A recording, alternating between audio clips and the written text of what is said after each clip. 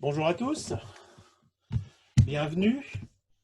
Ah, je vois qu'Annabelle t'a mis un fond de rêve.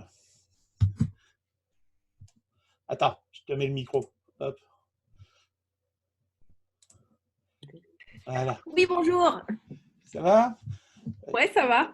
Oh. Attendez, tout le monde peut activer son micro pour l'instant. Hein. Ça va. Comme ça, on pourra discuter tranquillement avant le début. Bonjour Laurent. Bonjour Evelyne.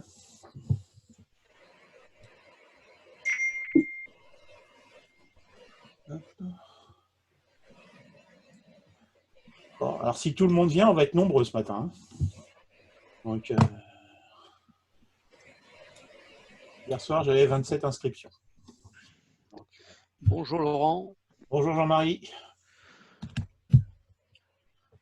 Ne t'étonne pas, je triche. Il y a deux Jean-Marie. Il y a d'un côté mon ordinateur, mais j'ai pas d'image. C'est le Jean-Marie que tu vois affiché. Et de l'autre côté, c'est le téléphone pour avoir mon visage. D'accord.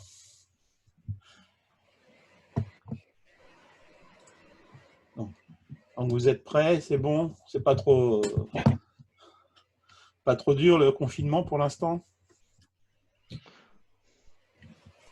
Pour ma part, non. Mais... Alors, attends.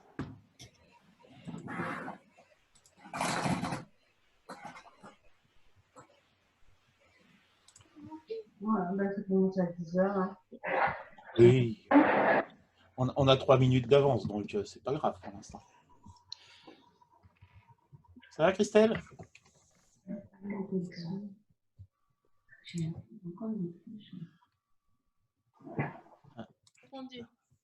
Ah là, je termine le micro, donc là on t'entendra mieux si tu parles.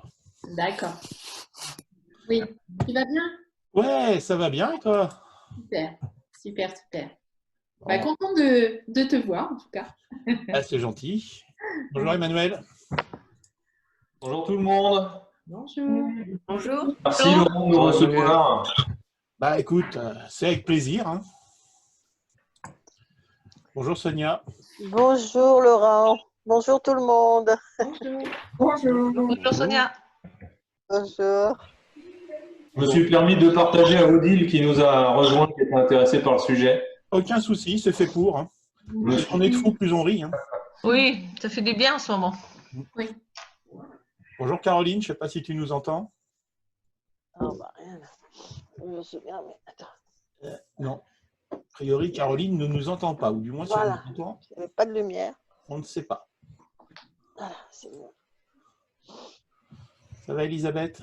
Oui, ça va, merci. C'est beau en Bretagne? Oui, très beau. Oh bah c'est bien alors.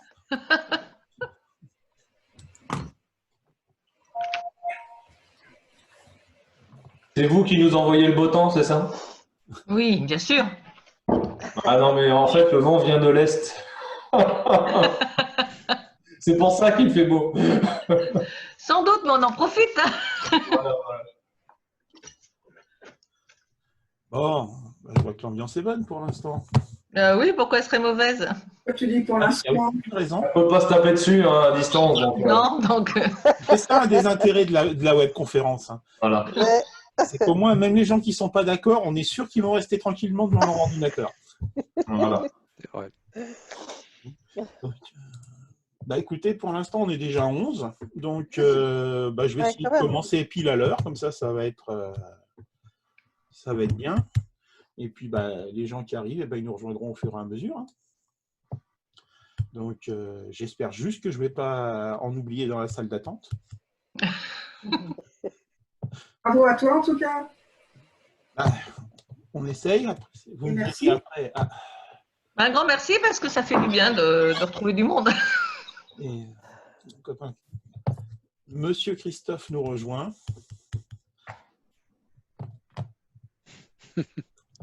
Comment vas-tu, Christophe?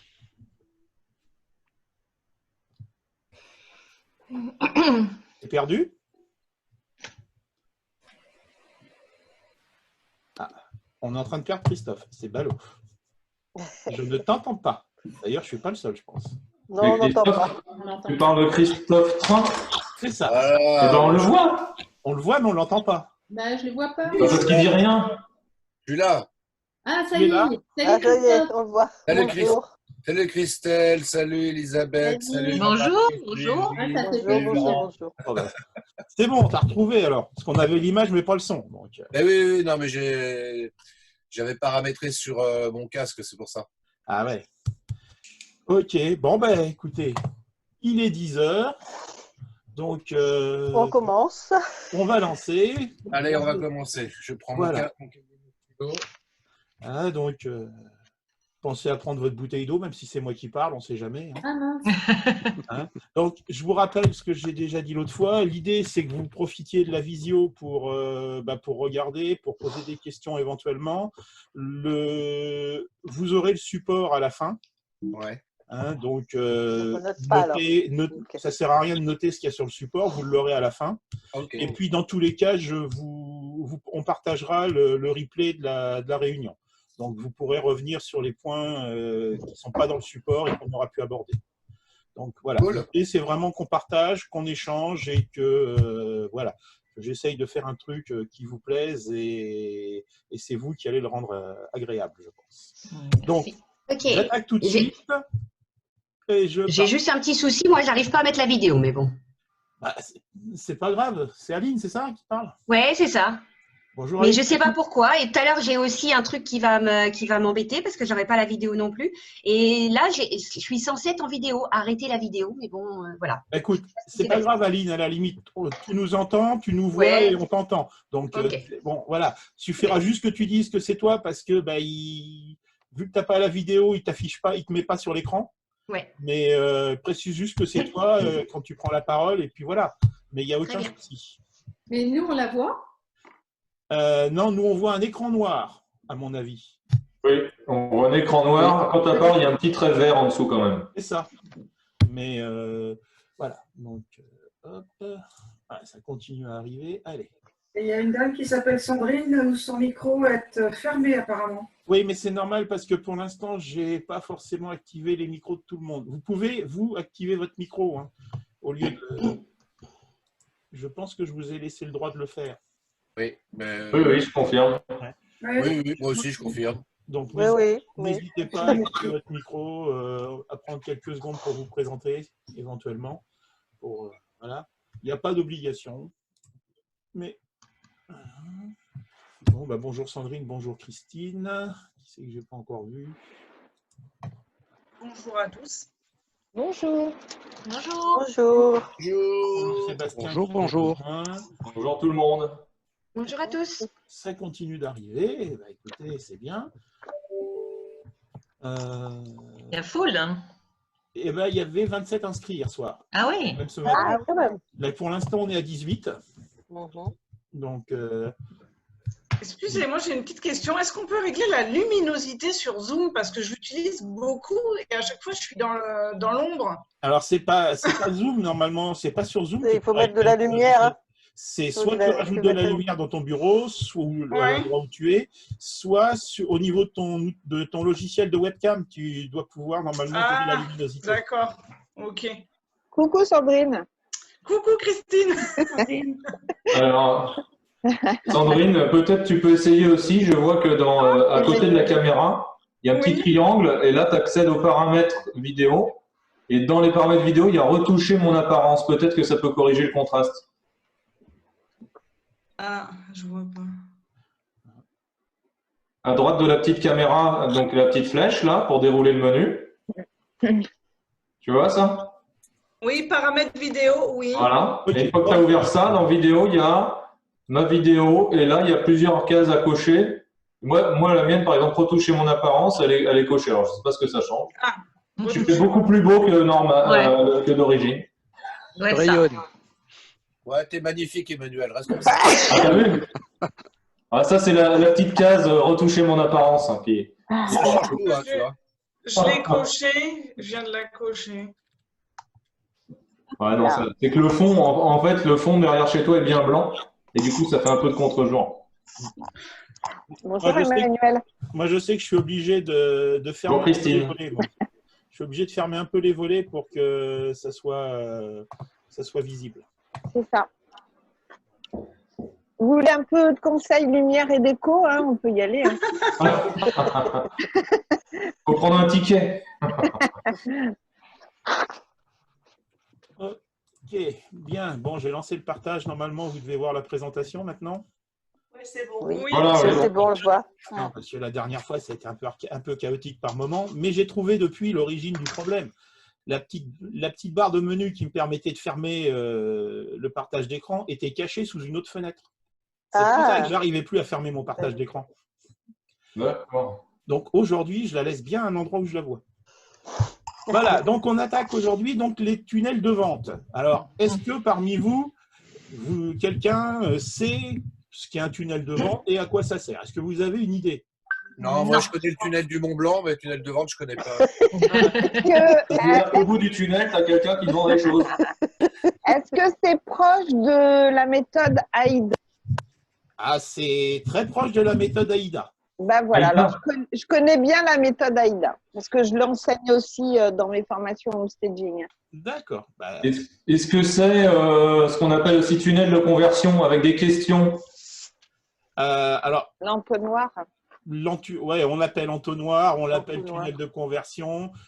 En fait, le terme tunnel n'est pas très bon parce que le terme tunnel vient d'un anglicisme qui a été mal traduit parce qu'à l'origine, funnel, ça veut plutôt dire entonnoir. Ça veut plutôt dire entonnoir que tunnel. Et en France, on l'a traduit funnel par tunnel. D'accord. En fait, la vraie notion, c'est entonnoir. Maintenant, j'utilise le terme qu'on voit communément un peu partout en France, mais sachez que c'est plus un entonnoir qu'un tunnel. Donc, notre ami Sylvain essaie de nous rejoindre. C'est marrant parce que Laurent, moi, ça fait peu de temps que j'entends parler de tunnel de vente. Avant, en effet, on parlait d'entonnoir ou de la méthode AIDA, mais… Alors, en fait, c'est devenu tunnel de vente depuis que tout un tas de webmarketeurs se sont mis à promouvoir ça, à en parler à longueur de journée. Voilà. Et c'est eux qui ont traduit de manière un peu rapide funnel par tunnel. D'accord. Voilà, donc c'est l'origine du passage en mode tunnel, je dirais. Bonjour à tous. Je coupe mon micro. Bonjour Sylvain, bonjour Olivier, bonjour Sébastien. Bonjour, bonjour. Bonjour. Donc, n'hésitez pas si vous avez des questions à prendre la parole. Je vous fais confiance pour ne pas tous parler en même temps. Vous êtes des grands garçons et des grandes filles, donc il n'y a pas de problème. Alors, on attaque. Donc, effectivement, je vais vous donner une définition tunnel de vente. Donc, on l'appelle aussi entonnoir de vente. C'est la représentation visuelle du parcours client. Moi, c'est comme ça que je l'explique. En amont de l'entonnoir, on essaye de récupérer un maximum de monde pour faire rentrer les gens dans l'entonnoir pour qu'à la fin, il y ait des clients qui achètent. C'est ce qui permet au robot Google de nous identifier, non? De nous agréger? Non. Google a d'autres algorithmes beaucoup plus performants même que ça. Ils sont basés sur des techniques classiques et connues en marketing souvent, mais c'est du lourd. Donc, pourquoi un tunnel? En fait, ça, c'est une explication que m'a donnée un marketeur parce que, comme sur un tunnel routier, la personne qui rentre dans le tunnel, fatalement, elle en sort. Donc, elle est guidée tout le long du tunnel pour arriver jusqu'à la sortie. Je trouve que l'image est plutôt sympa parce que ça correspond bien au fait qu'on va essayer de guider notre visiteur sur tout notre processus commercial. Alors, encore une fois, je trouve que c'est une manière comme une autre de rattraper l'erreur de traduction. Un exemple de tunnel de vente, moi, ça m'a toujours frappé. Quand vous rentrez chez Ikea, vous rentrez dans un tunnel de vente quelque part. On pourrait aussi appeler ça un parcours commercial, mais c'est un tunnel de vente. Il y a plein de gens qui rentrent et à l'arrivée, tout le monde ne va pas forcément acheter. Il y a des gens qui y vont pour se promener, pour regarder, pour s'inspirer. Donc, l'idée, on rentre, plein de gens rentrent et à la sortie, alors dans l'esprit de tout le monde, le plus possible de gens va acheter. Mais c'est vraiment l'idée. Et je trouve que si on garde cette image-là à la tête, on a compris 99% de la logique du tunnel de vente. Alors, Un tunnel de vente, aujourd'hui, on peut le schématiser. J'ai trouvé que ce graphique, je l'ai trouvé sympa parce qu'il change un peu des graphiques classiques qu'on voit, mais ça symbolise bien le fait, voilà, il y a plein de monde en haut, puis à l'arrivée, bah, nous, on est là et on compte les sous. Voilà, c'est l'objectif de ce qu'on fait. Alors, n'oubliez jamais une chose, le tunnel de vente n'est qu'un outil marketing. D'accord? Et comme tout outil marketing, seul, il ne sert à rien. Il faut vraiment qu'on intègre le tunnel de vente dans notre stratégie marketing. Et il peut être efficace que s'il est intégré. Parce que, je l'ai déjà dit, on va en reparler, mais pour que le tunnel fonctionne, il faut qu'il y ait du monde qui rentre dans le tunnel. Donc, ça veut dire qu'il faut, en amont de lancer un tunnel quelconque, il va falloir déjà avoir des gens susceptibles d'être intéressés. Il faut des gens à qui on va pouvoir s'adresser pour les faire venir dans notre tunnel. D'accord? Donc, c'est pour ça que le tunnel n'est qu'un élément de votre stratégie marketing. Il ne faut pas que ça devienne votre stratégie. Ce n'est qu'un élément. Alors, 2 termes importants parce qu'on en parle régulièrement et dans les tunnels de vente, on peut utiliser les 2 techniques. C'est l'inbound marketing et l'outbound marketing. Si vous promenez un peu sur Internet de temps en temps, vous avez fatalement dû entendre parler des 2 termes. Oui, Christophe? Ouais, non, enfin, que ça a été corrigé après, je suis en train de regarder. C'est juste pour que les gens ne se trompent pas dans le terme, mais effectivement, il manque un N après le U là, dans le titre, mais tu le rappelles après dans le texte. Ouais, donc, mais c'est bien parce que je corrigerai avant de vous envoyer. Voilà. Comme l'autre fois, j'avais modifié un des slides suite à des remarques pertinentes des personnes qui étaient présentes. Donc, voilà. Donc, l'inbound marketing, grosso modo, le principe, c'est les gens viennent vous trouver. Vous faites tout ce que vous pouvez pour que les gens viennent chez vous. Alors, vous allez les attirer. Il y a plein de techniques. Je vais passer sur la deuxième partie. Voilà. Pour attirer les gens dans votre univers, d'ailleurs, là, il y a le N. Comme quoi, j'avais enlevé mes moufles au deuxième slide. On va utiliser tout ce qu'on peut pour attirer les gens. Il y a plein de techniques. Les livres blancs. Par contre, j'ai 2 L. Oui. Et les livres blancs, vous savez tous ce qu'est un livre blanc? Non. Non, c'est quoi? Je ne sais pas pourquoi. N'hésitez pas, quand il y a des termes que vous ne comprenez pas, c'est le moment de poser la question.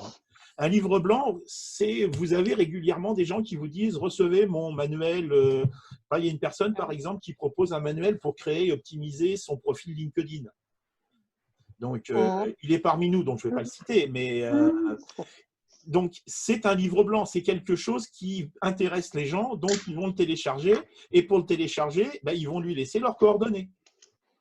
C'est une manière comme une autre de récupérer les coordonnées des gens, mais en plus de savoir qu'ils sont intéressés par cette thématique. Je récupère un manuel LinkedIn, donc ça veut dire que LinkedIn et de manière plus large les réseaux sociaux, la communication m'intéresse. Donc dès que je vais avoir des coms de mon côté à faire sur ces domaines-là, je vais m'adresser aux gens qui ont récupéré mon livre blanc sur la communication. Voilà. Donc, un livre blanc, c'est un élément très classique. Alors, il y en a qui sont bien faits, il y en a d'autres, c'est juste de la pub pour l'entreprise. Mais l'important pour nous, en tant que marketeur, ça va être de récupérer un maximum d'adresses mail qualifiées, donc de gens qui sont intéressés par les thématiques qu'on aborde. Donc, essayez, si vous le pouvez, faites des livres blancs. Ça vous permet comme ça de récupérer des adresses mail. Vous pouvez les utiliser, que ce soit sur des sites Internet, vous pouvez les utiliser sur les réseaux sociaux. Vous pouvez tout à fait dire aux gens, moi j'ai un super bouquin, voilà. Je vous conseille quand même de mettre du contenu dedans, parce que si vous faites juste une plaquette publicitaire, les gens, ils ne vont pas revenir régulièrement, je pense. Ils vont même le prendre et le jeter, ils vont vous oublier très vite. Donc quand on se lance là-dedans, clairement, c'est pour vraiment donner du contenu, pas juste pour faire, comme disent certains, pour faire du putaclic. C'est-à-dire qu'on veut que les gens cliquent sur le truc pour nous donner leurs coordonnées et puis après, nous, on est content, on a plein de coordonnées. Non, non. Ce genre de choses-là, clairement, c'est un échange. Mes coordonnées contre ton contenu. Les tutoriels, même principe, on fait un tutoriel. Quand on le fait, on essaye de le faire comme il faut. Les infographies, vous savez tous ce qu'est une infographie? Non, vas-y. Voilà. Donc, une infographie, c'est en fait, on présente une information de manière graphique, d'où le terme graphique, Les infographies les plus connues vous expliquent, par exemple, des principes de fonctionnement de Facebook ou des choses comme ça. J'ai vu pas mal d'infographies, par exemple, sur les tunnels de vente. Alors, beaucoup sont en anglais, voire dans d'autres langues moins accessibles. Il y en avait une magnifique, les dessins étaient superbes, mais elle était écrite en russe. Et mon russe étant carrément inexistant, j'ai eu beaucoup de mal à la comprendre. Par contre, elle était belle. Les études de cas. Bon, là, on est sur des choses, je dirais, encore différentes. On ne s'adresse pas forcément aux mêmes personnes, mais c'est des éléments qui vont doper votre crédibilité. L'exemple typique d'une étude de cas, c'est comment j'ai aidé un client à développer son site Internet. Ça, c'est une étude de cas. Et le client intervient et on donne un certain nombre d'informations. Après, je parle de type de contenu. Je ne parle pas de forme. Parce qu'on peut le faire à l'écrit, mais on peut aussi le faire en vidéo. Donc, l'autre chose aussi, bon, les articles de blog, très classiques, très connus, sachant que les articles de blog ont leur pendant en vidéo. C'est ce qu'on appelle les vlogs. C'était très à la mode pendant un moment. Les vlogs, c'est un blog vidéo, ni plus ni moins. C'est-à-dire qu'au lieu d'avoir des articles écrits, on a tous nos articles sous forme de vidéo. Et des vlogs, on les trouve souvent sur des supports comme YouTube, Vimeo, etc., qui se prêtent particulièrement à ce genre d'exercice. Après, rien ne vous interdit de partager vos vidéos sur votre site Internet. Même je vous y incite. Ça reste un moyen comme un autre de faire venir les gens et de créer de l'audience sur votre site. Les jeux, il n'y a rien de tel que de proposer de gagner un voyage au fin fond de la Creuse pour attirer les gens et les faire venir parmi nous. Donc, n'hésitez pas. Alors, les jeux, il ne faut pas en abuser. Il faut savoir que tout ce qui concerne les jeux, et il y a une législation qui peut être assez compliquée. Donc, renseignez-vous bien avant de faire des jeux. Voilà, il faut que ça soit sans obligation d'achat. Il y a un certain nombre de critères. Donc, il faut bien vous renseigner avant. Des vidéos. N'hésitez pas à faire des petites vidéos pour vous promouvoir, pour vous mettre en avant. Si vous avez besoin de contacts pour des personnes qui font de la vidéo, il y en a déjà 2 aujourd'hui avec nous. Donc, même 3, excusez-moi. Il y a même 3 personnes qui peuvent vous proposer de la vidéo. Oui, Evelyne? Non, c'était pour dire je suis parmi moi. Voilà. Alors, je vais les citer, mais je pourrais vous revenir dessus. Il y a donc Evelyne, il y a Christophe, et puis il y a Sylvain, qui sont tous les 3 des vidéastes émérites. Donc, voilà. Et j'en connais d'autres aussi, si leur tête ne vous revient pas. N'hésitez pas à demander, je peux vous donner quelques contacts. Des contenus communautaires. Alors ça, les contenus communautaires, on s'adresse à un groupe plus fermé, on est déjà sur quelque chose d'un peu plus privé. Typiquement, c'est les groupes Facebook. Oui, Christine? Non? Non. J'ai cru que tu levais la main, donc… non. Voilà. Non, moi, je suis addict de Facebook, tu le sais. Donc, oui, les contenus communautaires sont les groupes.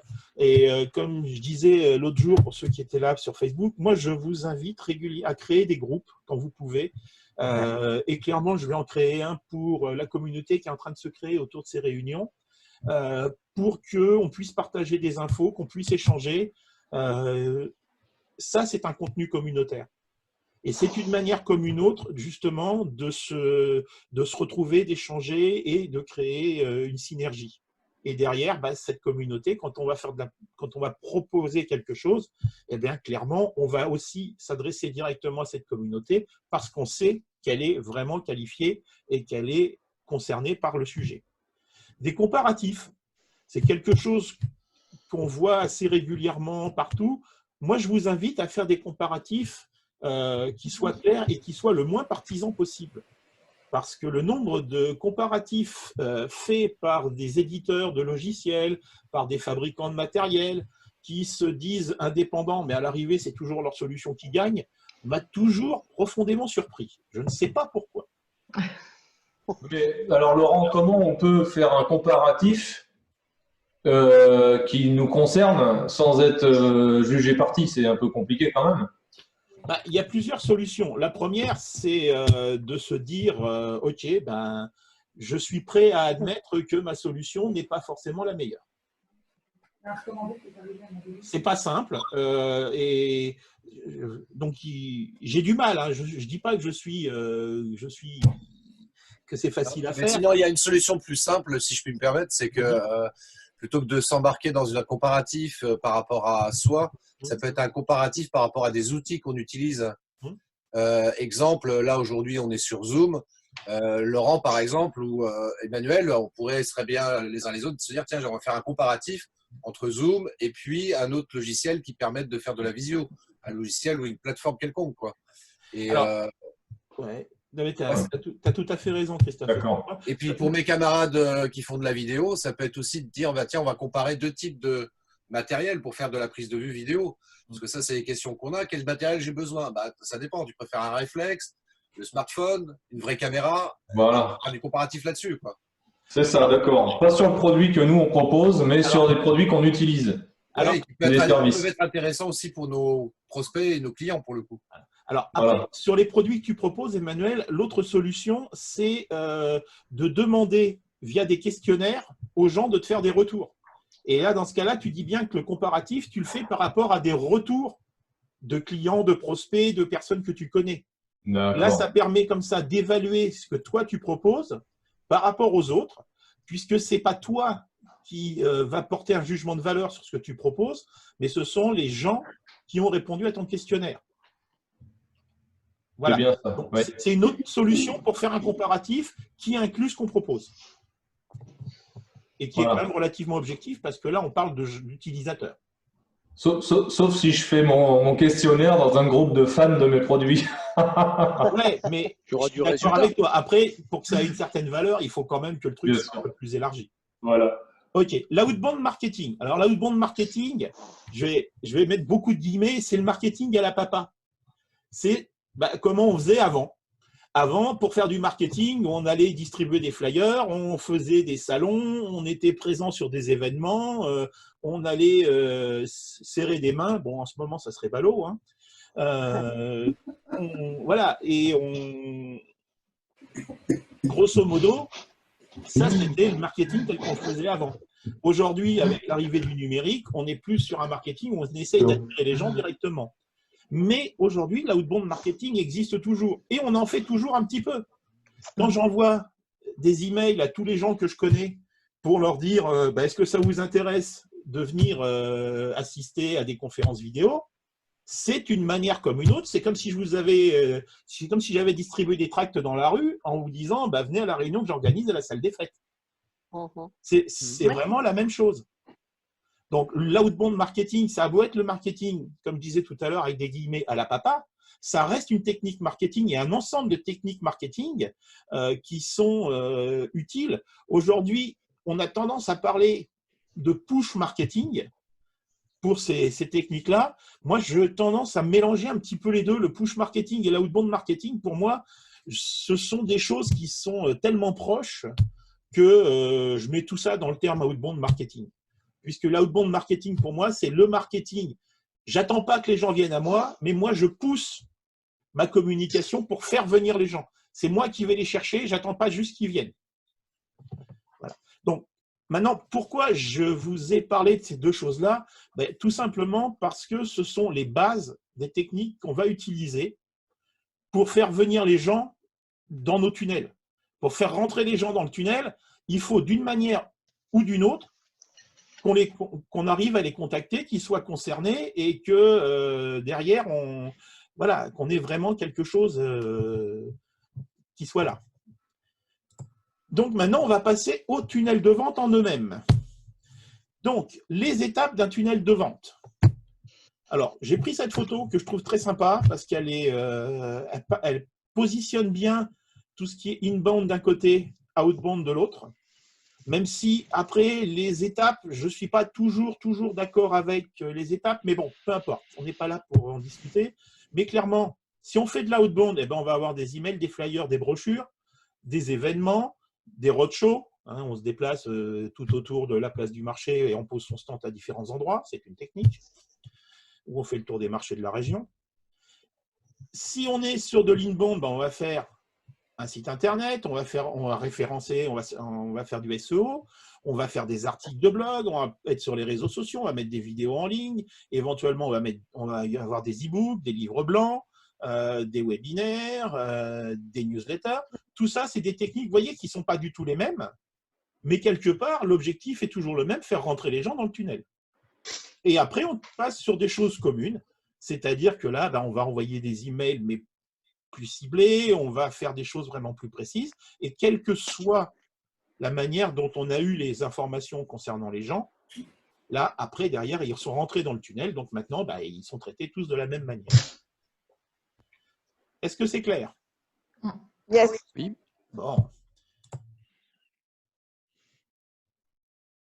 Donc, les différentes étapes, encore une fois, je trouve que ces schémas sont plutôt sympas et ils positionnent bien les choses. Voilà. Donc, encore une fois, vos objectifs vont déterminer les étapes à mettre en place dans votre tunnel de vente. Pour faire simple, si je veux vendre une formation à 100 €, je ne vais pas forcément passer autant de temps et créer des tunnels compliqués, alors que si je veux vendre une formation à 2000 € par personne, là, je vais quand même être obligé d'être plus crédible, d'être plus convaincant et d'avoir plus d'étapes dans mon tunnel. Parce que les gens, ce n'est pas parce qu'ils rentrent dans le tunnel qu'ils vont en sortir. Donc, l'importance, ça va être d'être capable de définir la taille de son tunnel en fonction du produit qu'on veut proposer et de la valeur pour le client. Les différentes étapes réelles. Et là, Christine, tu dois reconnaître ce dont on parlait tout à l'heure. Oui. Notre amie Aïda. Aïda, oui. Voilà. Donc, en fait, la base théorique communément admise pour les tunnels de vente, c'est la méthode Aïda. C'est un classique du marketing et de la vente. Elle a 4 étapes. La première étape, c'est attirer l'attention. La deuxième étape, c'est susciter l'intérêt. La troisième étape, c'est créer le désir. Et la quatrième étape, c'est d'encourager l'achat. Voilà. Donc ça, ce sont les étapes de base. Et ces 4 étapes-là, vous devez les avoir dans un tunnel de vente. Comme je disais tout à l'heure, en fonction de ce que vous proposez, l'importance de ces étapes sera plus ou moins importante. Étape 1, créer l'attention. C'est le pilier de notre tunnel de vente. Il va falloir trouver un moyen de faire rentrer les gens dans notre tunnel de vente. Et ce moyen, il n'y en a pas 10 000. Les plus connus, c'est de la stratégie de contenu, c'est-à-dire vous allez publier pendant un certain temps des choses concernant le produit que vous voulez vendre. Vous allez inonder les réseaux sociaux, vous allez en mettre plein sur votre blog. On va vous voir très régulièrement là-dessus. Et les gens, quand ils vont recevoir un papier, quand ils vont voir une publication qui dit maintenant, j'ai quelque chose pour vous, j'ai une offre, j'ai quelque chose, ils savent, parce qu'ils vous ont déjà vu, lu, entendu, que vous êtes quelqu'un qui sait de quoi il parle. Donc, quelque part, potentiellement, ils peuvent être intéressés et c'est une manière comme une autre de les faire rentrer dans votre tunnel. Donc ça marche aussi bien pour le site Internet que pour les réseaux sociaux. La publicité payante, si vous avez un produit à 2000 € à vendre, moi, je vous invite quand même à faire un peu de publicité payante, un peu sur YouTube, un peu sur LinkedIn, un peu sur Facebook, un peu sur le réseau social qui est votre principal vecteur de communication. Si toute votre com se passe sur Instagram, vous allez investir sur Instagram. Si tout se fait dans LinkedIn parce que vous travaillez qu'avec des professionnels ou vous ne vous adressez qu'à des professionnels, dans ce cas-là, investissez dans LinkedIn. Mais ça ne sert à rien de faire de la pub Facebook si vous avez 2 followers. S'il y a 2 personnes qui vous suivent, franchement, Facebook ne vous servira absolument à rien. Donc, choisissez le bon vecteur pour faire votre pub. Et on ne décide pas d'améliorer un vecteur de communication 8 jours avant de lancer sa pub. Ça ne marche pas. Relation presse, ça marche encore. Beaucoup pensent que la relation presse est terminée, c'est faux. Si ce que vous proposez peut avoir un impact, par exemple, sur la région, sur l'endroit où vous habitez, sur les entreprises qui sont là, pourquoi ne pas essayer de décrocher un article dans le journal local ou dans une radio locale qui va parler de votre initiative et qui va renvoyer les gens vers votre site Internet, vers une pub, vers un truc, vers n'importe quoi, qui permettra aux gens de s'inscrire et quelque part de faire rentrer dans votre tunnel. Donc, les relations presse, surtout qu'aujourd'hui, la presse, elle est largement diffusée par voie électronique. Donc, n'hésitez pas, les relations presse sont un des facteurs importants. Et les influenceurs et relations blogueurs, alors ça, c'est un peu plus compliqué parce qu'il va falloir trouver les bonnes personnes. Mais ce qu'on appelle un influenceur, c'est une personne qui est présente sur Internet, qui tient un blog, qui est présente sur un réseau social. Une influenceuse très connue, pas forcément pour les raisons qui nous intéresseraient professionnellement, et encore, c'est Nabila. Nabila est une influenceuse qui gagne beaucoup d'argent juste à raconter ses conneries sur Internet. C'est impressionnant, mais Nabila est une influenceuse. Donc, si vous êtes dans le domaine de la... Ça fait peur. Comment ? Ça fait peur. Oui, mais si on est dans le domaine de la mode, de la cosmétique, Ouais, du je sais people, bien. etc., pourquoi pas faire appel à quelqu'un comme elle ? Il y a des gens qui la suivent. Je ne sais plus combien elle a de followers. C'est impressionnant, quoi. Ouais, ça fait peur. Donc, dites-vous bien que même si ça fait peur, le but du jeu, quelque part, ça va être de vendre nos produits derrière. Donc, si la solution est de passer par le crétin moyen, mais qui est l'idole de tous les jeunes du coin, ben pourquoi pas ? De mémoire, l'âge moyen de l'internaute, l'âge moyen, c'est 7 ans. Oui. Ça fait peur aussi, ça. Oh putain. Je pense pas que ce soit la moyenne d'âge qu'il y a autour de cette conférence. Hein. Je viens de regarder. Nabila est à 5,6 millions d'abonnés sur Instagram. Sylvain, là, c'est 7 ans, c'est pour. Tu peux rappeler le truc? Oui, sur la population des internautes, quand ils font l'analyse des actions qui sont menées derrière, l'âge moyen qui en ressort actuellement, c'est 7 ans. 7 ans d'âge. Peut-être que ça prend en compte Snapchat. Ça prend un peu tous les outils. Hein. Parce que prend un peu la masse Snapchat, de tous c'est les quand outils. même c'est un énorme média pour eux. Hein. Je suis assez étonné quand même que ce soit. C'est en marge d'internautes. Ouais, moi, 7 ans, ça me paraît vraiment faible parce que, à mon avis, les gamins jusqu'à 10 ans, ils ont du mal à faire quoi que ce soit sur Internet. Ouais, moi, ils sont pas représentatifs. Mais ils sont actifs sur les jeux. Ils sont actifs sur les jeux. Et les collégiens, c'est Snapchat. Hein. C'est une évidence. Ils ne communiquent pas du tout par SMS, c'est que Snap. Mais ils ont beaucoup TikTok. Il y a plein d'autres. Oui, enfin, quand on autorise TikTok. À partir de 12 ans. Ok. On va passer à l'étape numéro 2. Susciter l'intérêt. C'est bien joli d'avoir plein de contacts. Maintenant, si ils ne vont pas plus loin que d'être des contacts, vous avez un superbe fichier. Potentiellement, ça peut vous coûter cher en solution d'emailing, parce qu'au-delà d'un certain nombre de mails envoyés ou de contacts dans votre liste, vous pouvez payer. Mais si vous n'êtes pas capable d'identifier ce qui peut faire rester votre client, votre prospect, la personne qui est dans votre contact, ce n'est pas la peine de vous lancer dans un tunnel de vente. En fait, ce que vous allez devoir faire pour susciter l'intérêt de votre prospect, c'est l'amener à répondre aux questions suivantes. Quel est son problème? Ça veut dire que vous, au départ, vous avez ciblé votre communication sur un problème ou un type de problème. Et vous allez faire en sorte de convaincre la personne en face de vous que si ce problème-là, il le concerne, eh bien, il a intérêt à rentrer dans le tunnel et à aller plus loin pour avoir des infos. Je ne dis pas qu'il va vous acheter quelque chose, mais si déjà au moins il fait le premier pas, qu'il s'inscrit pour avoir la suite,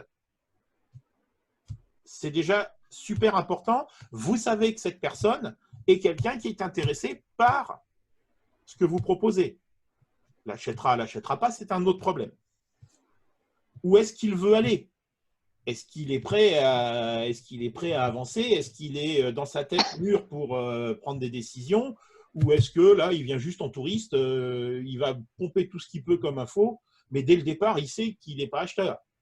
Mais ça peut être intéressant pour vous qu'il se pose au moins ces questions. Quelle solution il peut envisager? Il y a la vôtre, c'est la meilleure, bien entendu, sinon vous ne la proposeriez pas, mais potentiellement, il peut y en avoir d'autres. Donc, l'idée, c'est quand même de l'amener à réfléchir aux solutions qu'il a. Et encore une fois, à se dire que la vôtre est la meilleure. De quelle manière vos offres peuvent répondre à son besoin ou à ses besoins? Ça, c'est les questions que vous devez, de manière le plus transparente possible, faire que votre prospect, que votre client s'interroge. Il va vraiment falloir qu'il s'interroge sur ces questions-là. S'il ne s'interroge pas là-dessus, il n'ira pas plus loin. Vous allez le perdre à un moment ou à un autre parce que ce n'est pas forcément votre cible. D'accord? Et l'objectif aussi, il peut être de limiter votre cible, de revoir, de modifier votre cible pour certaines choses. Rien n'est immuable. D'accord? Et si vous voyez que ça décroche un petit peu, vous pouvez aussi modifier votre message dans les messages qui viendront après. Il faut, quand on se lance dans une opération de tunnel de vente, il faut vraiment prendre le temps de suivre, de monitorer, de tracer chacune des étapes pour voir quel est le taux de réaction, quelle est la réaction qui se passe en fonction aux différentes étapes qu'on fait. Exemple typique, dans l'étape numéro 1, vous allez inciter les gens à s'inscrire pour aller plus loin. Donc, ils vont vous laisser ou relaisser leurs coordonnées. Vous avez, imaginons que vous ayez fait un mailing à 1000 personnes. Vous avez 4 personnes qui se sont inscrites. Ça veut probablement dire que votre mailing, il n'est pas au top. Donc, moi, je vous invite à revoir le contenu de votre mailing, à revoir le ton, à revoir les choses et à le renvoyer. Sur 1000 personnes, 4%, c'est juste pas possible.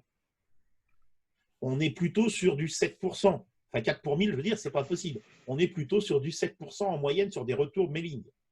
Et dans un tunnel de vente comme ça, pour moi, l'objectif, c'est d'être au-delà, puisqu'on a quand même ciblé large. Laurent? Oui. Quand tu parles de 7%, c'est quoi? C'est en taux d'ouverture, en taux de clic? 7%, ça va être en taux de passage à l'action. Je ne parle même pas de taux de clic. D'accord. Je parle vraiment de passage à l'action. J'envoie 1000 mails, j'ai 7% de personnes qui s'inscrivent. Okay. Donc, ça fait 70 personnes à l'arrivée qui sont venues s'inscrire pour aller plus loin. Donc, c'est aussi pour ça que dans ce que je vous disais tout à l'heure, il ne faut pas se limiter à un seul canal pour faire venir les gens, parce que chaque canal, on sait très bien qu'il y a de la perte entre « ouais, ça serait génial » et « je fais ». Donc, plus vous avez de canaux possibles pour attirer les gens, plus vous allez faire grossir la masse de personnes qui va rentrer dans votre tunnel. N'oubliez jamais, l'étape numéro 1, c'est vraiment de faire venir un max de monde dans votre tunnel. Il faut vraiment qu'ils passent tous la tête par la porte du tunnel. D'ailleurs, je reprends sur l'étape numéro 1, là, notamment sur l'outbound marketing, les gens qui font que de la prospection physique, sur les foires, etc., avec l'épidémie dans laquelle on est, les gens qui ne s'étaient pas mis au digital se sont retrouvés un petit peu coincés, tu vois. Oui, tout à fait. Et c'est d'ailleurs pour ça que j'ai parlé à la fois de l'inbound et de l'outbound. Les deux techniques sont complémentaires. Et clairement, vous voyez sur le premier schéma que je vous ai fait voir, où on a les deux canaux côte à côte, que les deux contribuent de la même manière à apporter des gens dans votre tunnel. Voilà. Donc, cette étape, encore une fois, c'est de faire en sorte que notre solution, il ne la connaît pas encore complètement, mais notre solution, elle va l'intéresser. Les choses dont on parle dans notre argumentaire vont intéresser notre client ou notre prospect. Donc, c'est important de susciter l'intérêt et pour ça, on utilise des articles de blog. Pareil, toujours blog ou vlog si vous préférez la vidéo.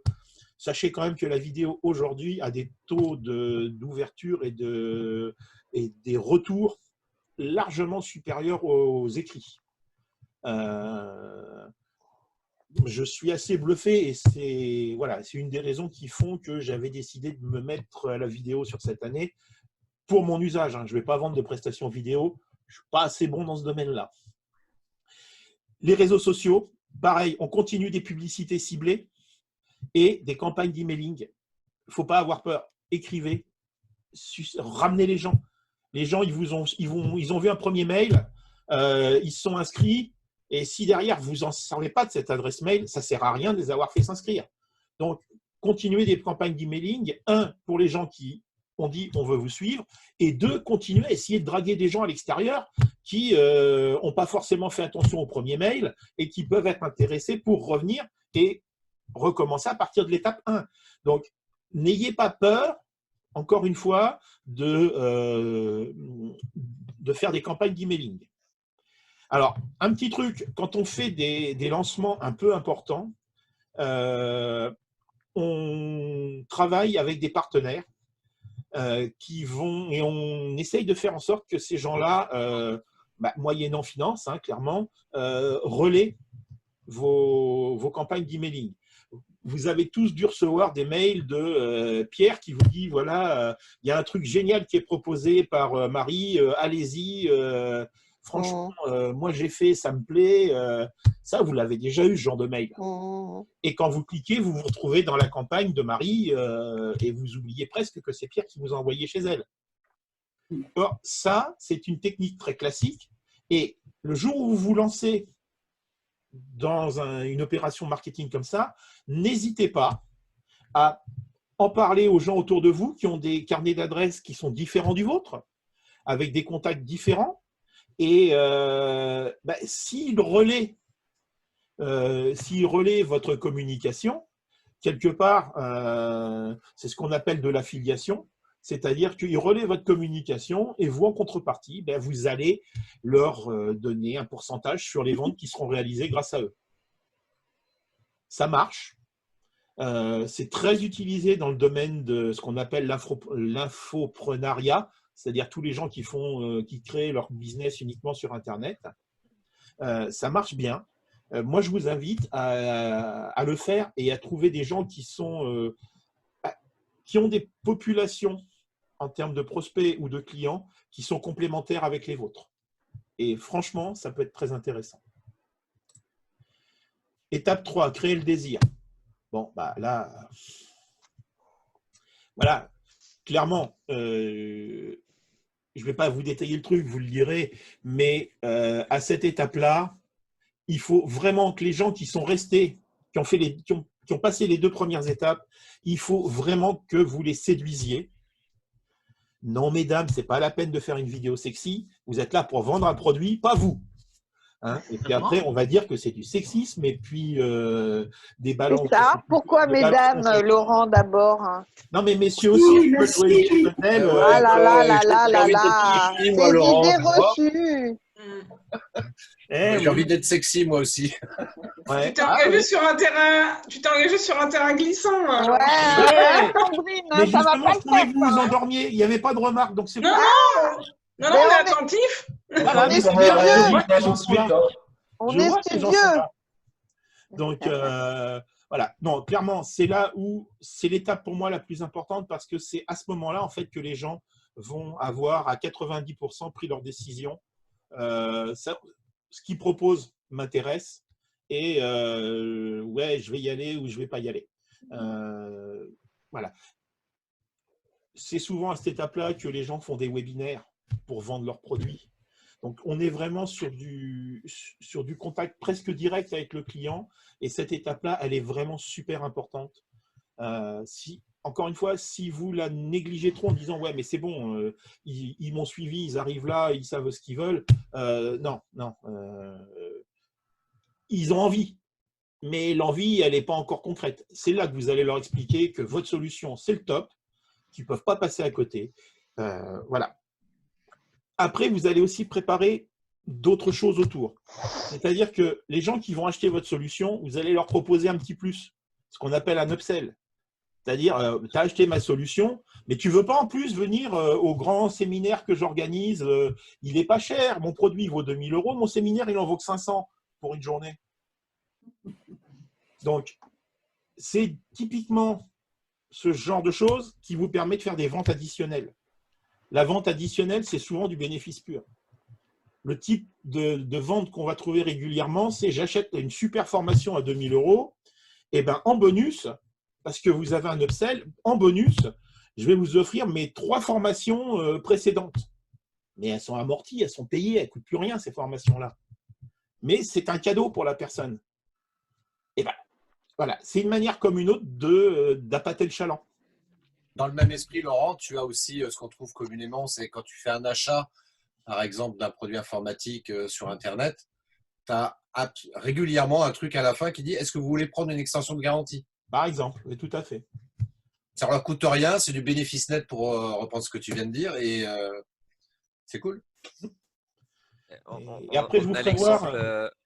excuse-moi, Laurent, on a l'exemple chez Blackmagic, qui est une marque qui fait beaucoup de matériel audiovisuel, où à chaque fois on achète du matériel chez eux, on a toujours une petite clé USB avec une version gratuite de leur logiciel de montage d'effets spéciaux, etc. Et dans tous les trucs, là, on a nous acheté un tout petit truc qui est pas, c'est vraiment, je pense, le moins cher de leurs produits, et on a quand même la carte avec la possibilité d'installer le logiciel.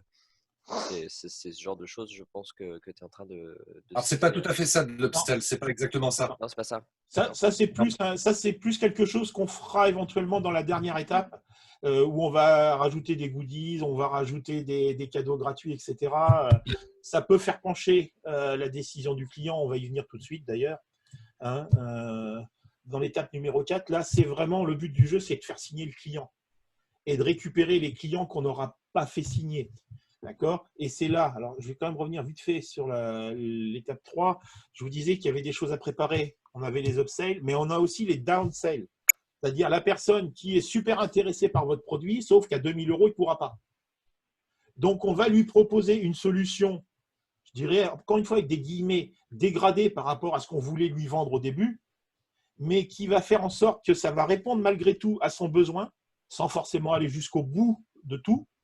Mais vous n'aurez pas non plus perdu votre temps, c'est-à-dire qu'il y aura malgré tout une vente.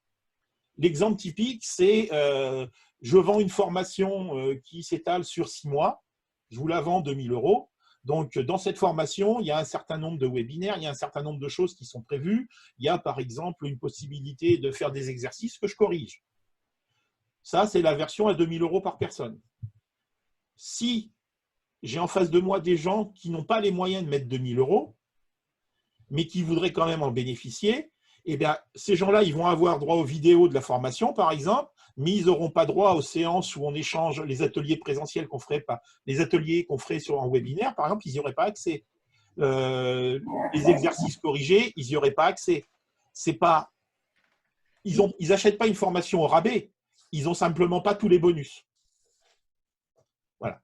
Alors, je ne dis pas que je suis un grand fan de ces trucs-là, mais je me dis, aujourd'hui, c'est une manière comme une autre, malgré tout, de conclure et de faire des ventes auprès de personnes qui, même s'ils sont super intéressés, même si c'est votre cible, n'ont pas les moyens de se payer votre produit. Donc, gardez toujours à l'esprit, quelqu'un qui prend la version light, entre guillemets, de la formation, peut devenir demain le client pour votre nouvelle formation et en version full, si il a été super intéressé et que ça lui a vraiment bien plu et que ça lui a servi, la formation light qu'il a prise. Donc, encore une fois, ce n'est pas un produit au rabais, c'est juste qu'il n'a pas tous les goodies. Voilà. Et donc, dans l'étape numéro 4, qui est l'achat ou le passage à l'action, très clairement, il va vraiment falloir que le prospect soit convaincu, parce qu'on est tous pareils. Vous voyez le truc, génial, vous avez suivi jusqu'au bout, et là, vous voyez le prix, et et dans ma tête, je dis, ouais, c'est génial, mais pas maintenant, quoi. Pas maintenant, c'est un investissement, je n'ai pas les sous. Puis j'ai d'autres priorités, puis en plus j'ai plein d'autres trucs en cours. Enfin bon, ouais, non, on va pas. Voilà. L'idée, c'est il faut arriver à lever ces freins.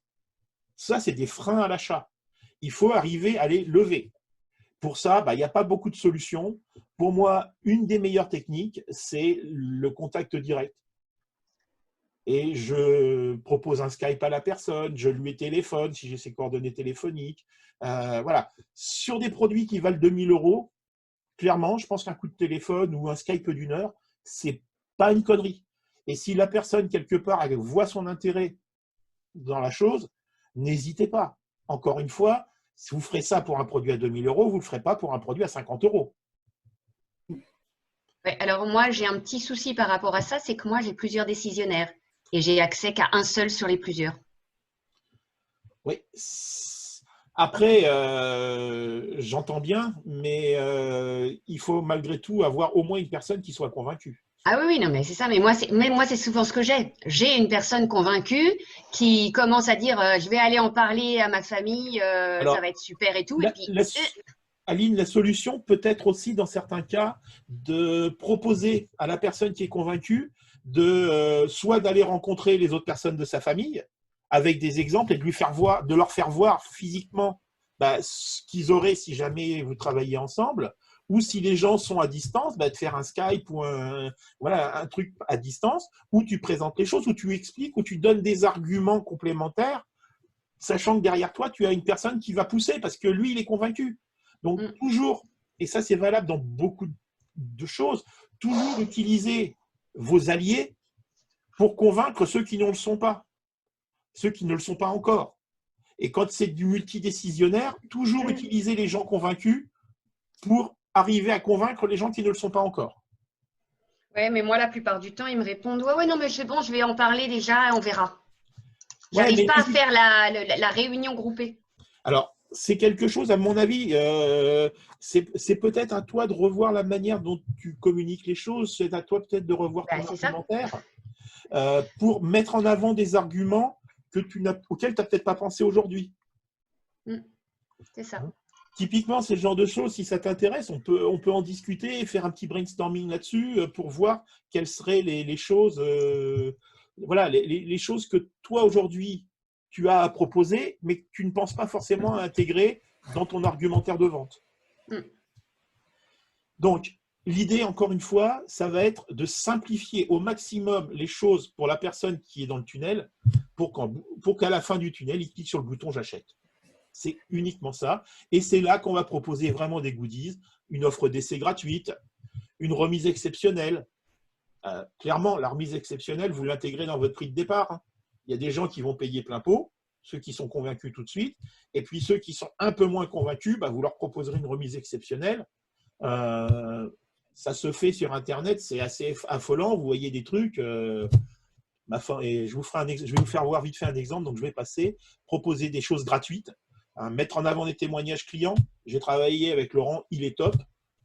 Bon, vous le savez, sinon vous ne seriez pas là. Mettre en avant aussi des arguments de réassurance. N'hésitez pas à proposer des garanties de remboursement pendant 30 jours sur Internet. On voit tout ça. Je crois qu'on est inférieur à 1% dans les gens qui font la demande de remboursement. Donc, c'est vraiment… n'hésitez pas à le faire. C'est de la garantie qui potentiellement ne vous coûtera rien. Après, Laurent, ça dépend aussi de nos activités. Parce que moi, typiquement dans le service, si on est plusieurs dans ce cas-là, on peut difficilement proposer un remboursement. Tout dépend, encore une fois, quand tu es sur une offre, tout dépend du type d'offre. Je suis d'accord avec toi. Moi, quelqu'un avec qui je vais travailler, je vais passer 2 jours avec lui pour l'aider à avancer sur son site. Si au bout de 2 jours, il me dit « Ah ouais, non, mais là, je veux la garantie de remboursement », t'es gentil, on a quand même bossé 2 jours, quoi. Mais tu auras mis ça dans tes conditions générales de vente ou d'utilisation. Voilà, tout à fait. Après, il faut vraiment border le truc. Voilà. Et encore une fois, ça va dépendre du produit. Christine, c'est pareil. Si la personne, tu lui as fait tout son appartement, tu as tout emménagé, le truc, il est top, et puis tout d'un coup, il te dit « Ah ouais, mais moi, je veux garantie 30 jours. Non, non, vous m'enlevez tout. Ah, il est vendu l'appartement. Ah, bah, c'est pas de chance pour vous. » Donc, non, mais clairement, voilà. Non, mais on a des CGV, en effet. Voilà. On a des CGV, oui. Voilà. Qui servent à… Les 30 jours, c'est valable pour quelqu'un qui veut suivre une formation en ligne, par exemple. Quelqu'un qui veut suivre une formation en e-learning, au bout de 30 jours, il aura peut-être vu qu'un module ou 2 modules. Il ne va pas avoir vu. Ou à partir du moment où il a vu au-delà de 2 modules, il n'a plus le droit de demander le remboursement. Il y a tout un tas de choses comme ça. Voilà. Et puis, il y a plein de gens, en fait, qui regardent un module et puis ils oublient qu'ils ont pris cette formation et ils payent pendant 6 mois. Ça aussi, je l'ai vu. Voilà, donc un petit schéma synthétique que je vous laisserai regarder, mais qui reprend un certain nombre d'éléments. Une chose dont je ne vous ai pas parlé, c'est mettre de l'urgence. Si votre offre elle est viable ad vitam aeternam, les gens ils diront bon, on verra demain. Si vous dites elle est valable pendant 4 heures, s'ils sont potentiellement intéressés, tout de suite ils vont se poser la question différemment. Ne laissez pas aux gens le temps de réfléchir pendant 8 jours. Il faut que ça soit ok, je te fais une super offre, mais tu signes tout de suite. Ou c'est limité à 10 personnes. Ah, tu es la 11e, c'est ballot, toi tu payes le double. Voilà, donc ce genre de choses-là marche très bien. Quelques métriques, parce que depuis tout à l'heure on parle, mais c'est… Alors j'ai trouvé ces chiffres-là sur 2 sites différents, donc je pense qu'ils ne sont pas mauvais. 1000 personnes qui rentrent dans votre site, à l'arrivée, vous en avez 17 qui signent. Tu nous l'enverras, ça, Laurent ? C'est dans la présentation, donc vous l'aurez comme, super. comme ça, c'est intéressant. Voilà. Ça vous donne une idée du nombre de personnes qu'il faut pour que vous arriviez à faire quelque chose. Alors, encore une fois, c'est des mesures génériques. On ne parle pas dedans d'un type de produit particulier, c'est une moyenne sur je ne sais pas combien d'études. Donc, si ça se trouve, vous ne serez pas à 1,7%, mais vous serez à 5%. Ouais. Mais dans tous les cas, vous attendez pas à avoir des coefficients extraordinaires. Déjà, 17 personnes qui signent. Si votre formation elle est à 2 000 €, vous n'êtes pas levé pour rien le jour où vous avez commencé à faire votre tunnel. C'est pour ça que je vous disais tout à l'heure, l'investissement que vous allez faire en termes de temps, d'énergie, de moyens va être proportionnel au prix de votre produit. Si je vends une formation à 100 €, toute l'énergie que je vais avoir mis pour faire un tunnel, avoir un webinaire, machin et trucs, pour avoir 1 700 € à la fin, je ne suis pas, encore une fois, hyper convaincu que je n'aurais pas perdu de l'argent. Même si sur mon compte en banque, ça ne se verra pas, mais le temps que j'y ai passé pour en gagner 1 700 €, j'aurais largement pu le passer à autre chose et gagner plus de clients, trouver de nouveaux contrats, etc. Donc, il faut toujours se poser la question, comment je calibre mon tunnel en fonction du produit que je vends. Après, votre tunnel, vous pouvez le faire un méga tunnel pour un produit à 50 €. Si votre objectif caché derrière ça, c'est le produit à 50 €, c'est un produit d'appel. Et derrière, tous les gens qui ont acheté le produit à 50 €, vous allez leur proposer le produit à 2 000 € parce que c'est la suite logique du produit à 50 € qu'ils ont acheté. Donc, l'investissement que vous ferez sur le produit à 50 €, vous allez peut-être derrière le rentabiliser si les gens qui sont venus vous voir, quelque part vous suivent et que vous êtes encore une fois à 17 sur le produit à 2 000 €. Donc, toujours réfléchir, je vous disais tout à l'heure, c'est votre stratégie. Le tunnel de vente n'est qu'un élément de votre stratégie. Et votre stratégie peut être tout à fait de faire 2 tunnels. Un qui va vendre des produits à 50 € pour derrière pouvoir proposer des produits à 2 000 € aux mêmes personnes parce qu'on sait que ce sont des contacts qualifiés qui sont vraiment intéressés par ce qu'on propose. Alors, des exemples de tunnels. Je ne vais pas m'arrêter dessus, mais voilà typiquement les enchaînements. En fait, un tunnel, c'est quoi de manière pratique? C'est un enchaînement de mails et de pages Internet, au sens large du terme. Un webinaire est pour moi un type de page Internet comme un autre. Donc, un tunnel de vente, vous allez le construire, et c'est pour ça que je vous ai mis quelques schémas comme ça.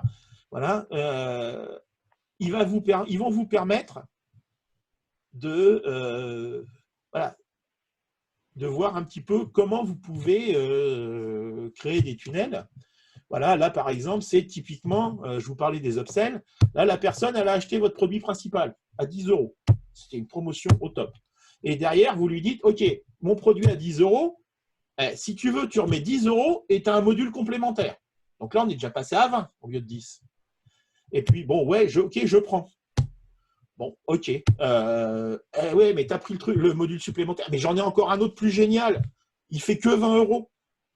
Tu le veux pas? Et clac, la personne a dit, ouais, bah pour 20 € je peux prendre. On est déjà à 40. Il était à 10 au début. Et comme ça, vous allez pouvoir éventuellement en rajouter plusieurs. Moi, j'ai eu le cas récemment avec un produit qui m'intéressait où j'ai pris le produit à 10 €. Et puis derrière, si tu es d'accord, pendant que la transaction n'est pas encore validée complètement, tu cliques sur le bouton, ça te rajoute le produit complémentaire à 10 €. J'ai dit, OK, c'est bon, tu oublies. Moi, ce qui m'intéresse, c'est le produit de base, les goodies, etc. Je verrai plus tard si je veux. Si le produit, il a l'air bien, pour 10 €, je ne prends pas de risque. Si je commence à rajouter 10 plus 10 plus 20 plus 40, il risque de me coûter cher et je ne suis pas convaincu encore à 100% que ce soit le bon produit. Parce qu'il n'y a pas de version d'éval, bien entendu. Donc voilà. Alors, j'ai une question qui est quelle utilisation j'utilise pour ce visuel? Je vous l'écrirai parce que le nom est assez imprononçable. Je vous le mettrai dans le mail. Un autre exemple de tunnel. Voilà.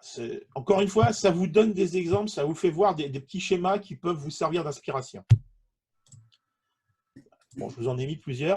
Et là, je vous ai mis une vraie page de vente qui est l'aboutissement d'un tunnel. Et pour vous faire voir un peu un exemple de page de vente. Alors, c'est quelqu'un que je connais bien qui propose un produit tout en un qui fait papa, maman, la bonne et moi. Par contre, je dois reconnaître une chose, c'est que Kevin est quelqu'un de très doué pour ses pages de vente, etc. vous avez derrière la photo, vous avez le lien. Je ne sais pas si vous voyez. Non, vous voyez peut-être pas le. Est-ce que vous voyez l'image ou pas? Oui. Donc vous voyez Kevin, etc. Oui. Est-ce que vous voyez que je le déplace là ou pas? Oui. Laurent, je suis désolée, je vais devoir partir. Pas de souci, Christine. De toute manière, tu pourras regarder la fin. J'ai un autre rendez-vous à 11h. Ah oui, bah, je suis désolé, j'ai un peu débordé. Merci beaucoup, à bientôt. Hein. À bientôt. Au revoir. Bye, salut. Donc voilà, clairement, il relance son produit. C'est un produit qui existe depuis un moment. Pour plein de raisons, il a arrêté de le commercialiser. Et là, ils ont refait le produit. Il y a plein de choses qui ont évolué. Et là, donc, il relance son produit en s'adressant uniquement à une population qui va vouloir du haut de gamme. On est sur un produit à plus de 2000 € pour un an. D'accord? Mais voilà, donc en fait, dedans, ça, c'est sa page de vente. Où voilà. Alors, il y a son petit speech, je vous laisserai le regarder si ça vous intéresse. Mais voyez, tout de suite, vous pouvez cliquer pour rejoindre hein, si vous voulez. Hein. Dès le départ, il y a un bouton d'appel à l'action. Voilà, donc là, derrière. Et puis, il rassure. Il va vous rassurer. C'est important. Ben là, ça fait 10 ans que je travaille là-dedans. Et il n'a pas démarré hier matin. Voilà, il a créé le club Wolfeo avec des gens qui ont gagné plus de 100 000 €. Voilà. Et il cite les gens. Voilà, il y a des gens qui ont gagné plus d'1 million d'euros et il les cite. Bon. Lui, il a gagné plus d'1 million d'euros, donc c'est bon, ça marche son truc. Voilà. Est-ce que vous êtes prêt à recevoir votre trophée? Quelque part, c'est est-ce que tu as envie d'être sur la galerie, sur le Hall of Fame, comme on dit en anglais? Après, il explique ce qu'il y a dedans. Les bonus. Voilà. Et bon, c'est un truc très classique. Voilà. Alors, des bonus, il en a, voilà. Il en a 4 pages de bonus. Mais voilà. Mais surtout, là, il a des témoignages clients. Il y a les clients qui disent, bah ouais, mais c'est bien, ça marche bien, etc. Là, il y a les gens qui font partie du Hall of Fame, puis là, il y a une personne qui n'en fait pas partie. Donc, voilà. Et là, il commence à vous expliquer, bah voilà. Donc, le truc que je vous propose, si jamais vous devez le payer plein pot, ça coûte 22 000 €. Je ne sais pas d'où il les a sortis, hein. Mais peu importe, il les justifie. Voilà, tel truc, ça vaut tant, tel truc, ça vaut tant. Coaching marketing hebdomadaire, ça vaut 6 000 €. Voilà, il a mis des valeurs. Mais là, il fait une offre de lancement à 2 000 €. Quelque part, les gens, quand ils se disent, mais ils disent, c'est fou, quoi. Personnellement, je ne trouve pas ça très crédible, entre 22 000 et 2 000. Ah, mais je n'ai pas dit que c'était crédible. Je dis simplement que c'est une technique très classique et très connue et qui se fait beaucoup en web marketing. Tu vas acheter 99 € une formation que tu aurais dû acheter normalement à 2 000 €. J'en ai encore reçu un comme ça ce matin. J'ai ma super formation, je vous fais une offre au top, 97 € au lieu de 2 000. Et là, tu te dis, mais il me prend pour un con ou quoi? Ben, c'est ça. Mais non, c'est pas ça. En fait, ce qui se passe, c'est que c'est l'ancienne version de la formation, souvent. Sa formation, il l'a rentabilisée à mort. Là, aujourd'hui, maintenant, il relance le truc comme ça, comme je vous disais tout à l'heure, pour voir s'il y a des gens qui seraient intéressés par la nouvelle formation qu'il prépare, qui va aller plus loin que l'ancienne, mais qui sera bien entendu beaucoup plus chère. Et c'est une manière comme une autre de récupérer des contacts et de garnir son carnet d'adresses. Je n'ai pas dit que c'était une solution éthique. Alors Laurent, je ne sais pas pourquoi maintenant, depuis quelques temps, tous les prix s'arrêtent à 97. C'est plus 99, c'est 97. Alors, je ne sais pas non plus, et ça, je n'ai pas de réponse à ça. Alors, si, il y a une réponse par rapport à ça, parce que j'ai cherché, moi, pour en connaître la raison. Oui. C'est aux États-Unis, ils ont fait des statistiques. Alors, c'est complètement empirique et ça n'a, à mon sens, strictement aucune valeur. Ils se sont rendus compte qu'il y avait plus d'actes d'achat en mettant un prix à 97 au lieu de 99. Le simple fait de mettre 7 au lieu de 9, soi-disant, ça génère plus d'achats. Alors, moi, j'ai vu des marketeurs qui m'ont dit que c'était totalement faux, ça n'a aucune incidence. Tu peux mettre ton prix à 100 € ou à 97 €, ça ne va rien changer parce que fondamentalement, comme tu viens de le montrer par exemple, c'est au travers de ta page de vente, du contenu que tu vas mettre dedans, c'est ça qui va réellement inciter les gens à passer à l'acte d'achat ou pas. Mais néanmoins, bon voilà, on peut quand même utiliser ce subterfuge. Ça peut, mais c'est pas le truc qui va faire que tu vas vendre beaucoup. Ouais, c'est valable c'est de la statistique pour aller chercher le pouillem en plus, quoi, hein, sur les grands nombres. Ouais, c'est ça. Ça a pas, enfin, bon, moi, j'ai testé. Hein, quand j'ai vu ça, je dis tiens, je vais tester pour voir. Ça change pas vraiment les choses, quoi. Ce qui va être fondamental, effectivement, c'est ce que tu mets dans ta page de vente, par exemple, pour inciter les gens à aller plus loin et les amener ensuite dans ton tunnel de vente, tu vois. Donc,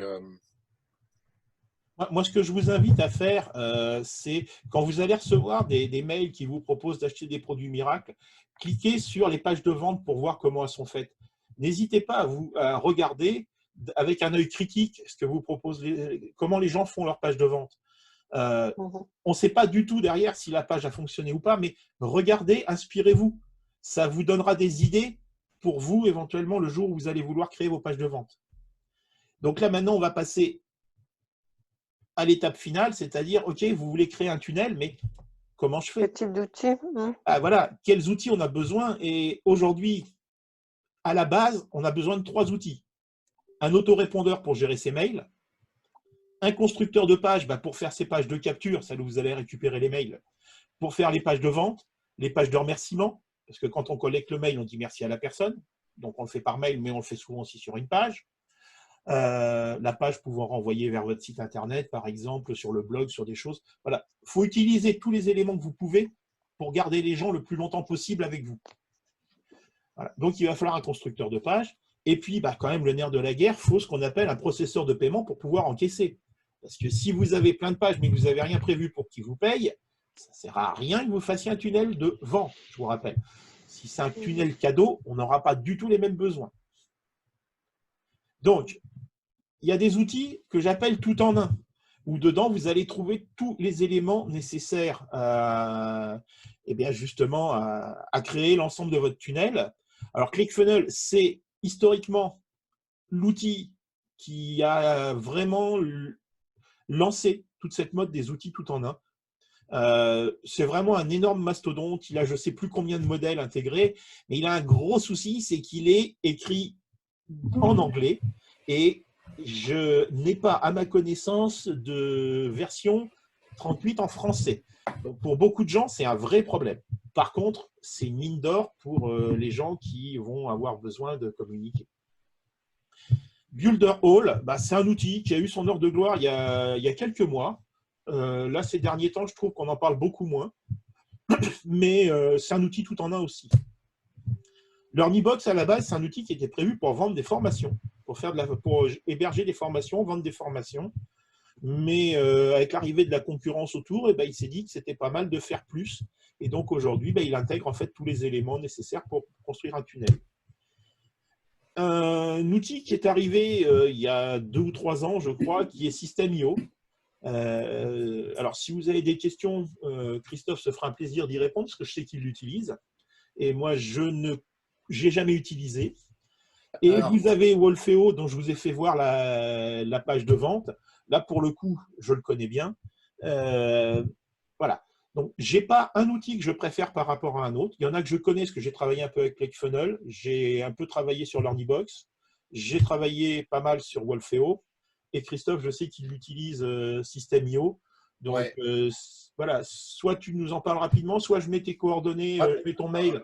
Dans le chat, j'ai mis un lien pour. Il y a un essai gratuit de 14 jours si vous voulez regarder un peu comment ça fonctionne. Mais juste très rapidement, moi, ce que j'aime bien avec System.io, c'est que déjà, en termes de prix, ils ne sont pas chers. C'est 27 € par mois.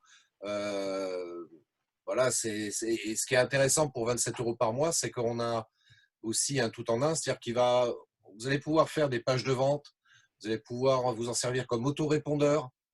Vous allez pouvoir créer des tunnels aussi de vente, donc pour revenir sur le sujet du jour. Et très honnêtement, à ce tarif-là, je ne connais pas mieux. Et en tout cas, pour démarrer, moi, je trouve que c'est un super outil. Et cerise sur le gâteau, c'est franco-français. Donc, c'est en français, c'est fait par un Français. Et c'est vraiment top. Donc, allez jeter un petit coup d'œil sur le lien là, que j'ai mis dans le chat là, présentement. Et puis, testez-le. Vous avez 14 jours pour essayer. Et après, si ça vous plaît. Ceci étant dit, parce que là, je fais la promo de cette formule-là, néanmoins, je reviens sur ce que vient de dire Laurent très justement, il n'y a pas forcément un outil meilleur qu'un autre. System.io, ce n'est pas le truc miracle du siècle. Il n'y aura qu'un outil qui sera très bon par rapport aux besoins que vous avez. Moi, je connais des gens qui utilisent ClickFunnels ou LearnyBox notamment. Ils en sont très satisfaits pour leurs besoins à eux. Donc, c'est pour ça que je dis toujours, définissez clairement dès le départ quels sont vos besoins et ensuite regardez sur Internet les outils qui peuvent correspondre plus ou moins à ce que vous recherchez. Merci Christophe. Merci. Alors, juste pour compléter ce qu'a dit Christophe, LearnyBox et Wolfeo sont aussi des outils franco-français. Donc ça, aujourd'hui, c'est important. Quand on connaît, et c'est hébergé pour, alors pas forcément, les données ne sont pas forcément hébergées en France, mais ça peut être important. Après, vous pouvez tout à fait dissocier les choses. Voilà. Et dire d'un côté, je vais construire mes pages. Alors, soit vous avez déjà travaillé et vous avez déjà un outil pour construire vos pages. Moi, là, j'ai mis ceux qui sont plus ou moins dédiés et ceux que je connais. Hein. Il y en a d'autres. Donc, OptimizePress, c'est une extension. Alors, c'est que des extensions WordPress. Donc, l'inconvénient de ces outils, c'est quelque part, vous allez être obligé d'avoir un site WordPress. L'avantage des systèmes tout en un, c'est qu'ils sont indépendants. Vous n'êtes pas obligé de vous appuyer sur un site Internet en WordPress. C'est important de le savoir. D'accord ?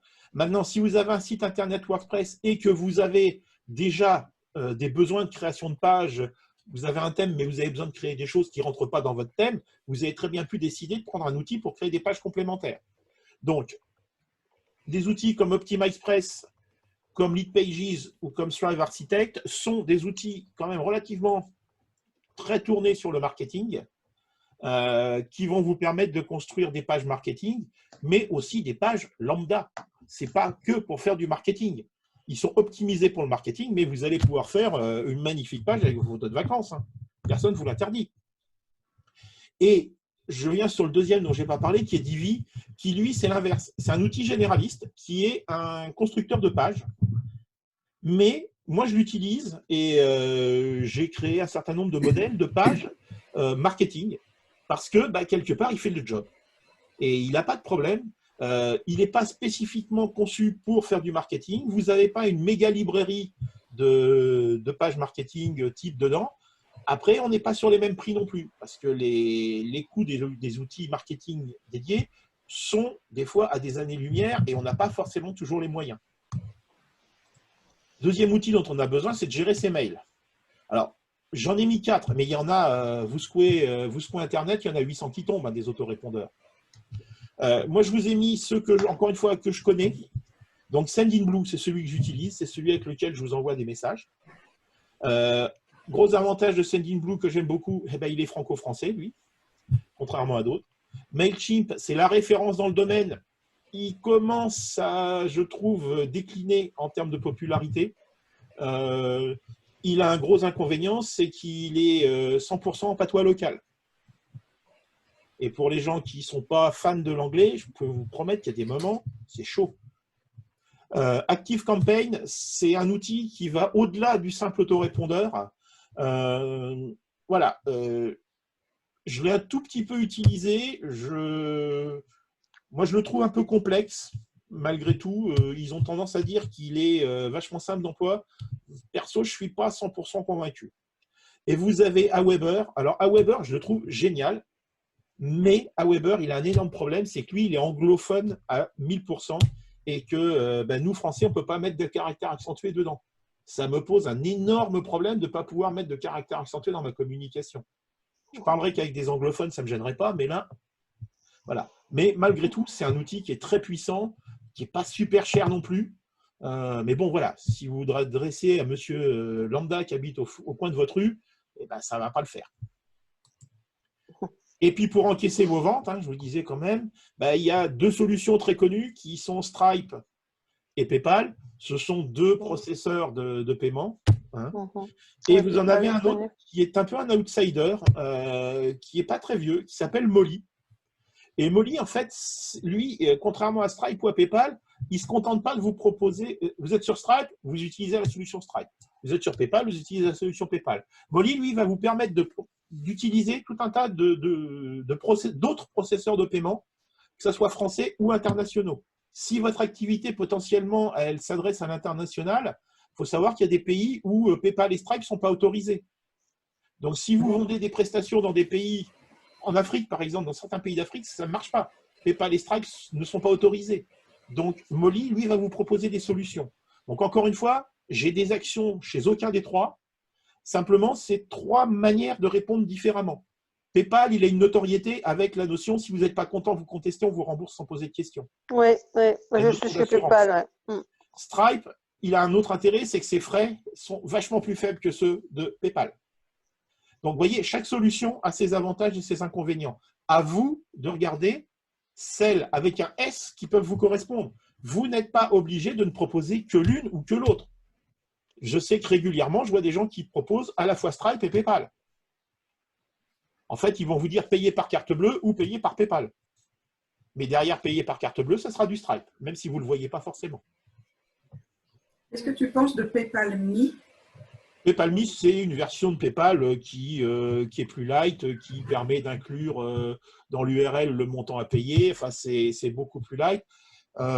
J'ai rien contre, hein, ça facilite les choses. Je crois que PayPal Me n'a pas ou très peu de frais. Il me semble qu'il n'y a pas de frais sur PayPal Me. Je ne sais pas, j'en ai entendu parler. C'est beaucoup utilisé pour faire des transferts d'argent, en fait, PayPal Me. Je veux te transférer 100 €, je vais passer par PayPal Me plutôt que de passer par ma banque. D'accord. Voilà. PayPal Me, il se positionne vraiment comme étant le porte-monnaie électronique, quelque part. Ok, merci. Voilà. Pour conclure, parce qu'il faut bien conclure à un moment, donc, les tunnels de vente, considérez-les. Je ne vous dis pas de vous ruer à en faire, mais réfléchissez bien. Le tunnel de vente, aujourd'hui, il a beaucoup d'intérêt. Si vous avez besoin, commencez par un petit tunnel, testez, en vous disant, voilà, je fais juste une page pour capturer des trucs et puis je leur enverrai un livre blanc. C'est un tunnel de vente de base. Vous allez leur vendre quoi? Vous allez leur vendre votre livre blanc ou un entretien gratuit pendant un quart d'heure. Et en contrepartie de quoi? Eux, ils vont vous payer comment? Ils vont vous payer en vous laissant leur adresse mail et leur prénom. C'est le premier niveau de tunnel de vente. Vous pouvez l'essayer. Ça vous coûte rien. Ce tunnel de vente, vous allez pouvoir le déployer sur Facebook, vous allez pouvoir le déployer auprès des contacts que vous avez dans votre mailing list. N'hésitez pas, utilisez-le. Ça ne vous coûte rien. Voilà. Après, vous aurez besoin d'une solution technique si vous décidez d'aller plus loin. Mais encore une fois, ne vous ruez pas sur l'une ou sur l'autre. On peut en discuter, on peut… voilà. Et moi, je vous invite, il y a des gens autour de cette table virtuelle qui ont testé certain nombre de choses et qui se feront, je pense, un plaisir de partager pour vous dire, voilà, moi j'ai testé tel truc, c'est génial ou c'est de la merde. Je pense qu'il n'y a que le retour d'expérience pour moi qui permet de choisir un outil ou un autre. Et puis encore une fois, si vous avez des questions, vous n'hésitez pas, hein, surtout en ce moment où on est débordé par les clients qui m'appellent à l'extérieur, c'est fou. Donc, n'hésitez pas si vous avez des questions ou quoi que ce soit, je suis là et puis je suis là. D'accord. Voilà. Donc, prochain rendez-vous, mardi prochain, ça va être créer son compte Google My Business. Ouais. Pour ceux qui n'en ont pas. Voilà. Je vous invite à venir. C'est un très bon moyen de récupérer des contacts, le compte Google My Business. Ça vous donne de la visibilité et c'est un élément potentiel à utiliser dans un tunnel de vente. Tu peux nous rappeler à quelle heure, Laurent? 10 heures. 10 heures. C'est 10 heures à chaque fois. Mardi 10 heures, Christelle. Voilà.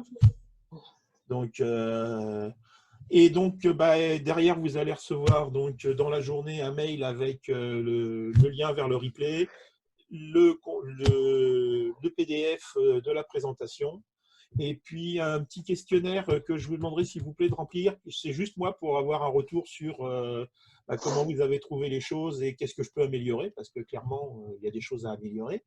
Donc, n'hésitez pas à le remplir et à me le retourner. C'est un formulaire qui est fait avec Google Forms. Et puis, dedans, entre autres, je vous demande qu'est-ce que vous aimeriez bien que j'aborde comme thème. Voilà. Donc là, pour l'instant, les 8 premiers thèmes, c'est moi qui les ai choisis par rapport à ce que je connais, à ce que je sais que les gens demandent. Maintenant, vous avez peut-être des demandes tout à fait légitimes qui peuvent intéresser tout le monde. N'hésitez pas. Et je vous prépare pour pour après, pour le 9e, je vous prépare une petite surprise. Ça sera un petit format un peu différent pour une fois. Et voilà. Mais je vous en reparlerai d'ici là. Sur ce, je vous souhaite une bonne journée et je vous dis à très bientôt. Et merci de votre présence. Merci. Merci. Pour cette Merci. Prenez soin de vous.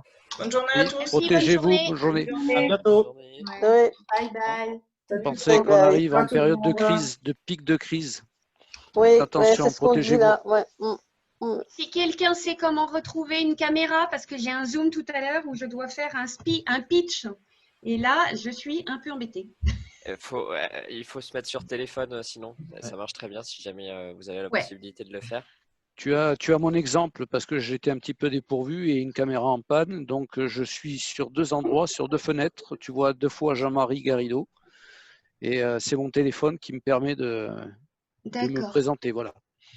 Ok, bon, bah, je vais faire ça. Je vais mettre un très bien, téléphone d'un côté et mon PowerPoint de l'autre. Bien. Je termine la réunion. Je vous souhaite une bonne fin de journée. Bonne journée à toi. À bientôt. Merci Laurent. Au revoir. Bonne journée à tous.